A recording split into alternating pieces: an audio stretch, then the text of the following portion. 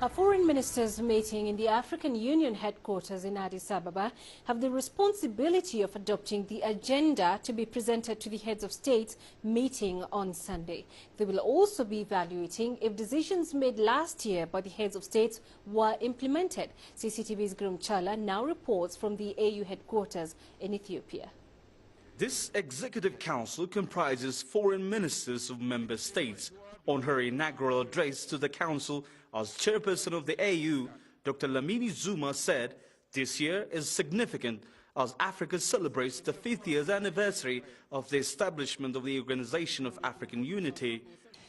This year is special, for we will be commemorating the 50th anniversary of the founding of our continental organization, the OAU, and hence the theme, Pan-Africanism and African Renaissance. This means that we have additional task of taking forward preparations for the commemoration of the 50th anniversary in May.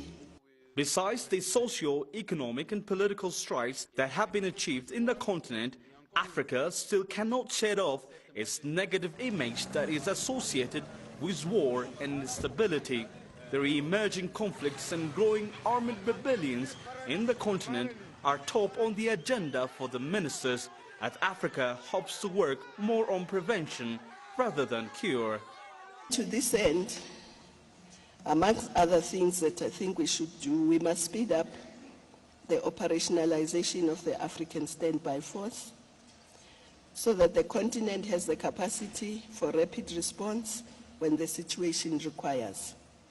We acknowledge in this regard the contribution of the international community, in particular France, to the urgent need to restore the territorial integrity of Mali. On this foreign ministers' meeting, the participants were also addressed by the newly appointed Executive Secretary under the UN Secretary General of the Economic Commission for Africa, Mr. Carlos Lopez, who expressed his belief that 2013 will be the year of Africa if integrated efforts to boost growth are consistent and rid of conflict. Africa must accordingly use current growth trends as a platform for broad structural transformation. We must drive the process on the basis of our own vision and priorities. We must tell our own story, and this cannot be done if we do not generate our data and statistics.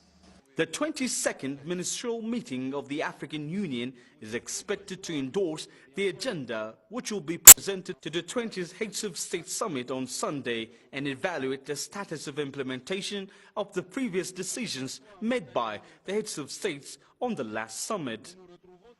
The mounting apprehensions of armed rebellion in the continent will still overwhelm the talks of the Heads of States, which is slated to begin this Sunday.